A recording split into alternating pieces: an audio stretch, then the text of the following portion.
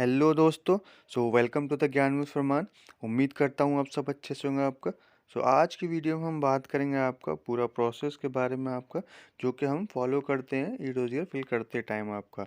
तो वो क्या क्या स्टेप हैं जो हमें फॉलो करने होते हैं आपका, तो उसके बारे में हम बात करेंगे पूरे इस वीडियो के अंदर। तो आप बने रहें इस वीडियो के साथ।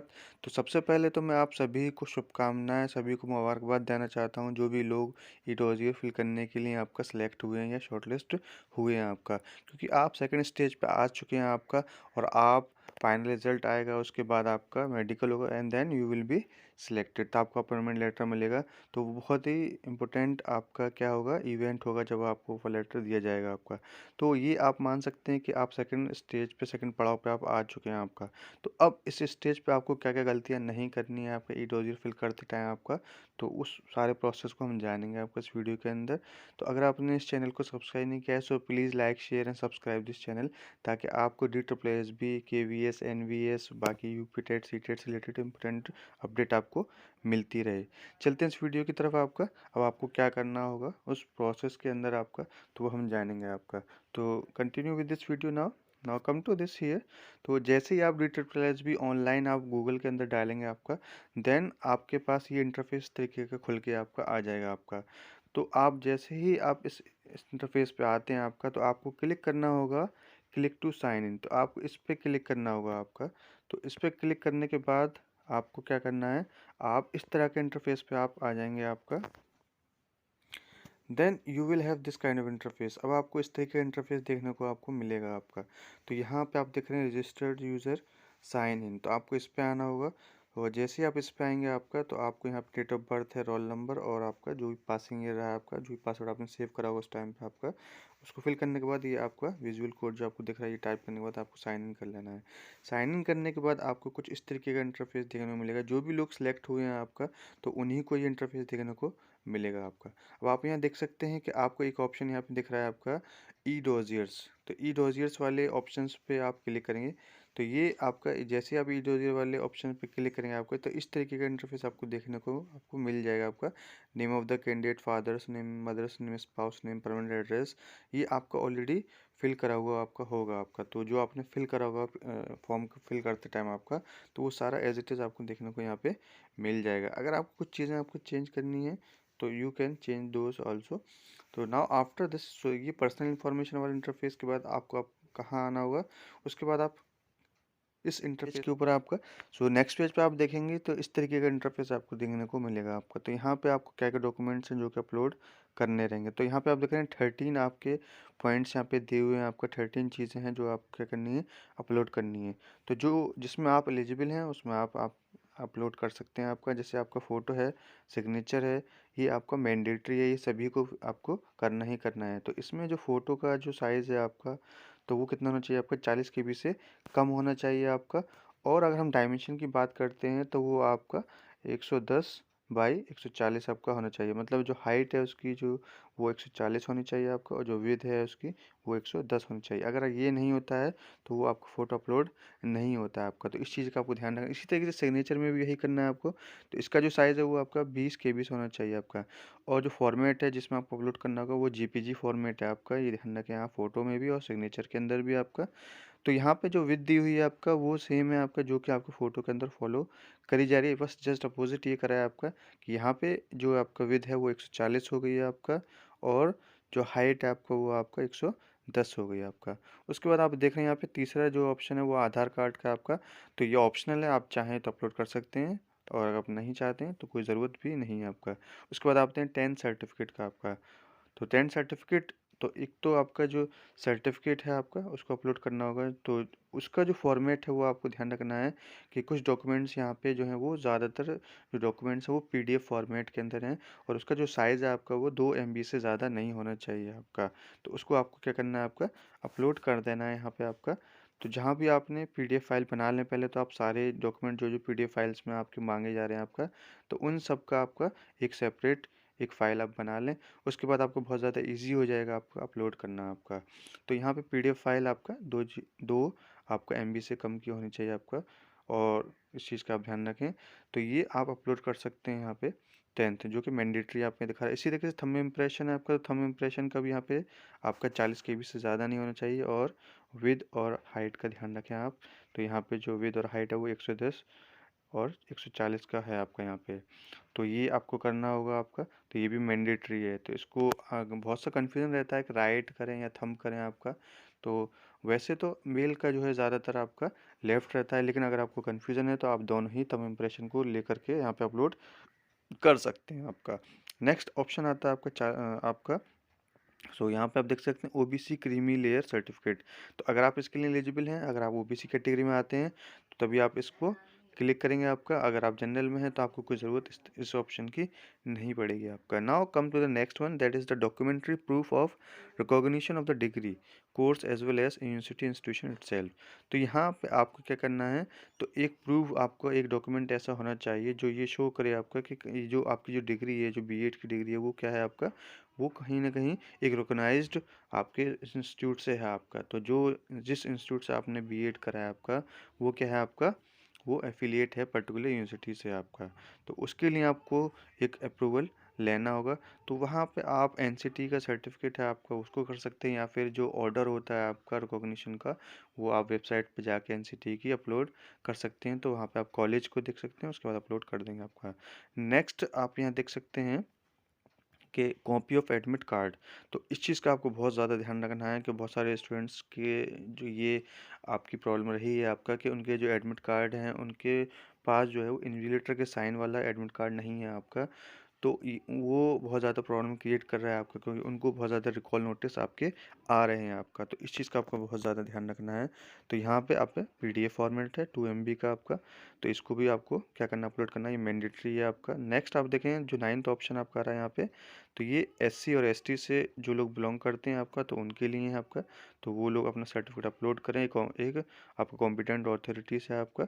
नेक्स्ट आप देखें डिसेबिलिटी सर्टिफिकेट। तो ये भी आपका जो एलिजिबल है इसके अंदर, तो वो इसको आप कर सकते हैं, जो फिजिकली हैंडीकैप है या कोई भी ऐसी आपका सर्टिफिकेट है जो डिसेबिलिटी को शो करता है आपका, तो वो यहाँ पे अपलोड करें आपका। नेक्स्ट आप आते हैं आपका 11th ऑप्शन पे। तो ये ओबीसी सर्टिफिकेट है आपका। तो यहाँ देख रहे हैं आपका SC सर्टिफिकेट डिसेबिलिटी का, ओबीसी का सर्टिफिकेट। तो यहाँ पे जो भी उस कैटेगरी का है तो वो उनको अपलोड करेगा। बाकी जो जनरल के हैं उनको कोई ज़रूरत नहीं है यहाँ पे इन सर्टिफिकेट्स को अपलोड करने की। तो यहाँ पे जैसे का ऑप्शन आपको दिख रहा है इफ़ एप्लीकेबल आपका। Now come to the 12th option. यहाँ पे आप देख सकते हैं documents of meritorious sport person. तो ये अगर आप इसमें बिलोंग करते हैं तो आप यहाँ पे अप्लाई कर सकते हैं, अदरवाइज तो कोई ज़रूरत नहीं है। तो यहाँ आप देखें जो 9 से लेकर 13 तक के पॉइंट हैं वो सारे इफ़ एप्लीकेबल के आ रहे हैं आपके हैं। तो जिस भी आप पॉइंट के अंदर आप अगर आप कैटेगरी में आप आते हैं आपका, तो सिर्फ आप उसी को ही टच करेंगे आपका। जो ओबीसी वाले हैं ओबीसी को टच करेंगे, जो डिसेबिलिटी वाले सर्टिफिकेट वाले हैं वो सिर्फ उसी ऑप्शन को आपका फिल करेंगे आपका, बाकी को छोड़ देंगे आपका। ये आप करने के बाद आप आ जाएंगे नेक्स्ट पेज के ऊपर। तो ये जैसे आप क्लिक करेंगे आपका नेक्स्ट के ऊपर, तो आपको इस तरीके का इंटरफेस आपको देखने को यहाँ पे मिल जाएगा आपका। अब आप यहाँ पे देख रहे हैं आपको कि सबसे ऊपर आपको दिखता है ग्रेजुएशन, ग्रेजुएशन फिर जनरल आपका। तो यहाँ पे ग्रेजुएशन में जो भी आपने बीए करा है या जो भी बीकॉम करा है, तो आप जिस भी पोस्ट के लिए आप अप्लाई करे थे तो उसके अकॉर्डिंग ही आपको वो ग्रेजुएशन वाली आपकी क्या करनी है, यहाँ पे फिल करना है सारा डिटेल्स आपका यहाँ पे। इसके अलावा आप यहाँ देखें जो गवर्नमेंट और प्राइवेट का दो चीज़ें यहाँ पे दिखाई जा रही हैं आपका। तो ये गवर्नमेंट और प्राइवेट, अगर आप प्राइवेट से हैं तो प्राइवेट करने के बाद आपको यहाँ पे ये चीज़ें ध्यान करनी होंगी, ये ऑप्शन करना होगा। अगर आप प्राइवेट में तो आपको फिर यहाँ पे प्रूफ भी देना होगा आपका, एनसीटी सर्टिफिकेट से वो एफिलिएशन है आपका उस कॉलेज का आपका यहाँ पे। और अगर गवर्नमेंट से है तो कोई ज़रूरत यहाँ पे नहीं है। तो यहाँ पे आप देख सकते हैं आपको पूरा परसेंटेज फिल करनी है 2 डेसिमल तक। जैसे मेरी मान ली 64.60 है तो मैं 64.60 तक फिल करूँगा आपका। बोर्ड आपका जो भी रहा यूनिवर्सिटी है आपका, वो पासिंग ईयर आपका, ये क्वालिफिकेशन नेम मीन्स ग्रेजुएशन है आपका। इसके अलावा आपकी जो मार्कशीट पे आपकी जो डेट लिखी रहती है आपका, वो आपको लिखनी है। अगर आप प्राइवेट से हैं तो जो भी इंस्टीट्यूट आपका रहा वो आप यहाँ पे फिल कर सकते हैं। इस तरह से यहाँ ग्रेजुएशन दूसरा दिख रहा है, यहाँ पे बीएड का आपको फिल करना होगा एज इट इज़ आपका जैसे यहाँ पे है। लेकिन जैसे जैसे आप फिल करते हैं वहाँ सेव करते हैं। अगर आप सेव नहीं करेंगे, जैसे पीछे वाले इंटरफेस में हम बात कर रहे थे, आपको फ़ोटो, एडमिट कार्ड, आधार कार्ड, वहाँ पे भी आपको सब चीज़ सेव करते हुए चलते चले जानी है। क्योंकि अगर आप सेव नहीं करेंगे आपका, तो वो आगे आपका प्रोसेस नहीं हो पाएगा कंटिन्यू आपका। तो इस चीज़ का आपको ध्यान रखना है आपका। Now come to the next thing. तो यहाँ पे आप देख सकते हैं, अब आपको यहाँ पे बहुत सारे डॉक्यूमेंट्स को, यहाँ पे डिग्रीज को, मार्कशीट्स को अपलोड करना रहेगा। तो यहाँ पे आप देखिए, सबसे पहले आपकी बैचलर की डिग्री है आपका। तो अगर आपकी सेपरेट डिग्री, अगर आपके मतलब सेपरेट आपकी जो है, सॉरी, यहाँ पे डिग्रीज की बात हो रही है आपका। तो यहाँ पे आपको जो भी डिग्री आपकी है बैचलर के वाली, बीकॉम है, या जिसका जो भी आपको पोस्ट रिलेटेड आपकी जो डिग्री बेसिस पे उसने अप्लाई करा है, तो वो डिग्री यहाँ पे अपलोड करेगा। तो यहाँ पे भी जो फाइल है आपकी, वो भी पीडीएफ फॉर्मेट में और 2 MB से ज़्यादा नहीं होनी चाहिए आपका। तो मार्कशीट आप अपलोड कर देंगे, उसके बाद आपका मार्कशीट जो है, बाकी जो बैचलर डिग्री है आपका, तो उन तीनों की आप शो कर सकते हैं। अगर एक में इंक्लूड हो रहा है सारा, तो वो आप अपलोड यहाँ पे कर सकते हैं। तो करते करते आप सेव भी करते चले जाएँ साथ के साथ आपका। उसके बाद बीएड डिग्री सर्टिफिकेट आपको यहाँ पे शो करना है। तो कुछ लोगों के पास आपका बीएड डिग्री है और कुछ लोगों के पास नहीं है, तो वो प्रोविजनल सर्टिफिकेट आपका बनवा सकते हैं। तो आप प्रोविजनल सर्टिफिकेट भी अपलोड कर सकते हैं, इसकी कोई प्रॉब्लम यहाँ पे नहीं है आपका। क्योंकि अगर किसी ने बहुत ही 1 साल पहले करा है, तो ज़्यादातर क्या हो रहा है आपका कि जो यूनिवर्सिटीज़, स्टेट यूनिवर्सिटीज़ हैं, वो इतनी जल्दी नहीं देती हैं, वो 2-3 साल लगा देते हैं आपका डिग्री देने में आपका। तो आप जा कर के प्रोविजनल सर्टिफिकेट, जो कि 1 दिन के अंदर आपको मिल जाता है आपका, तो उसको आप अपलोड यहाँ पे कर सकते हैं आपका। नेक्स्ट आप आ सकते हैं marksheets of all years of semesters of BEd degree. तो यहाँ पे बीएड डिग्री की जो भी आपकी मार्कशीट है फर्स्ट ईयर, सेकंड ईयर की, या जिसका बीएड से 1 साल का था, तो वो आपका 1 साल का करेगा, जिसका 2 साल का है वो 2 साल का यहाँ पे कर देगा आपका। नाउ नेक्स्ट, यहाँ पे आप देख सकते हैं 12th सर्टिफिकेट आपका। तो 12th जिसने सीबीएसई से करी है, आईसीएसई बोर्ड है, या जो भी बोर्ड रहा हो आपका, तो मार्कशीट के साथ सर्टिफिकेट आपका मिलता है आपका, तो उसको आप अपलोड कर दीजिए आपका यहाँ पे। तो उसके बाद आपको मार्कशीट 12th स्टैंडर्ड की, तो आपको मार्कशीट के साथ साथ आपको जो है, वो जो सर्टिफिकेट है, जो डिग्री है, वो आपको अपलोड करनी रहेगी आपको। इसी तरीके से हमें सीटेट का सर्टिफिकेट, तो यहाँ जो सीटेट का सर्टिफिकेट है, वो आपका जो लगेगा यहाँ पे जूनियर वाला आपका लगेगा आपका, प्राइमरी वाला यहाँ पे अप्लाई नहीं होगा। अगर आप इसके अंदर अप्लाई कर रहे हैं टीजीटी के अंदर आपका, इस चीज़ का आप ध्यान रखिएगा। तो सोशल साइंस का जैसे मेरा है, तो मैं सोशल साइंस का यहाँ पे अपलोड करूँगा आपका। तो प्राइमरी का यहाँ पे अप्लाई नहीं किया जाएगा आपका। उसके अलावा आपके, क्योंकि जब भी हम, अगर हम सीटेट देते हैं और अगर हम उसको क्वालिफाई कर लेते हैं आपका, तो हमें सर्टिफिकेट भी होता है और मार्कशीट भी अब होती है आपका। तो आप दोनों जा कर के आपका अब ले सकते हैं आपका। तो अब जो ये हो गया आपका कि अब जो है, आप डिजी लॉकर में जाइए, डिजी लॉकर में अपनी आईडी बनाइए, और उसके बाद वहाँ पे सारे डॉक्यूमेंट्स अपलोड आपके हो जाते हैं वहाँ पे। तो वहाँ से आप अपलोड, है ना, कर सकते हैं, और उसके बाद यहाँ से निकाल सकते हैं। Then you can upload here also. तो ये मैंडेटरी है आपका। अगर आप इसको नहीं करेंगे, तो आपको रिकॉल नोटिस भी आपका आ सकता है आपका। इसके बाद आप यहाँ पे देखेंगे आपको क्या क्या चीज़ें और रह गई हैं आपका। अगर आपने पोस्ट ग्रेजुएशन डिग्री के लिए आपने इसमें ऑप्शन डाला है, अगर आपने फिल करते टाइम इन चीज़ों को फिल करा है, तो आपको यहाँ पे फिर ये करना होगा। या अगर आप एप्लीकेबल हैं इस कंडीशन में, या आपका जो क्वालिफाइंग क्राइटेरिया ये कह रहा है, एलिजिबिलिटी क्राइटेरिया कह रहा है, तो फिर आपको ये चीज़ें सारी करनी होंगी। जैसे कि आपने ग्रेजुएशन में मार्कशीट्स और डिग्री सब लगाए थे, इसी तरीके से यहाँ पे भी वो चीज़ें करनी होंगी। अगर आप नहीं हैं, तो आप इसको छोड़ सकते हैं, 9th को, 10th को आपका। इसके अलावा आप यहाँ देख रहे हैं 11th में क्या है आपका, certificate from HOS regarding length of service in director of education. तो अगर किसी ने आपका जो डायरेक्टर ऑफ एजुकेशन में आपका वर्क करा है आपका, तो वो अगर एप्लीकेबल है, 2 साल या 3 साल जो भी टाइम करा हो आपका एज ए गेस्ट टीचर, या जो भी रहा हो, तो वो उससे रिलेटेड डॉक्यूमेंट अगर उसके पास है, तो उसको अपलोड करे। तो वो उसके लिए कहीं ना कहीं बहुत ज़्यादा बेनिफिशियल भी हो सकता है आपका जो है। नेक्स्ट आप यहाँ देखें 13 का है आपका, तो गेस्ट कॉन्ट्रैक्ट टीचर है आपका। तो ये उसके लिए आपका किसी ने कोई फर्दर सर्विस करी है आपका 12, वो उसके लिए आपका है। तो ये अगर आप एप्लीकेबल हैं तभी आप इसको छेड़ें, अदरवाइज़ कोई ज़रूरत नहीं है इसको।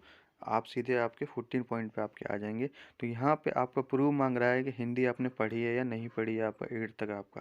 तो अगर आपने 8 तक पढ़ी है, तो उसकी मार्क जो रिज़ल्ट होगा, जो मार्कशीट होगी, वो आप उसको अपलोड कर दें। अगर आपने 10th में पढ़ी है, 12th में पढ़ी है, तो उसकी आप अपलोड यहाँ पे कर सकते हैं आपका। तो ये एक प्रूफ हो जाएगा कि आपने हिंदी यहाँ पे पढ़ी है आपका। तो यहाँ पे करें ना 8th क्लास और अबव, 8th लेवल। तो ये दोनों चीज़ें एप्लीकेबल हैं आपका।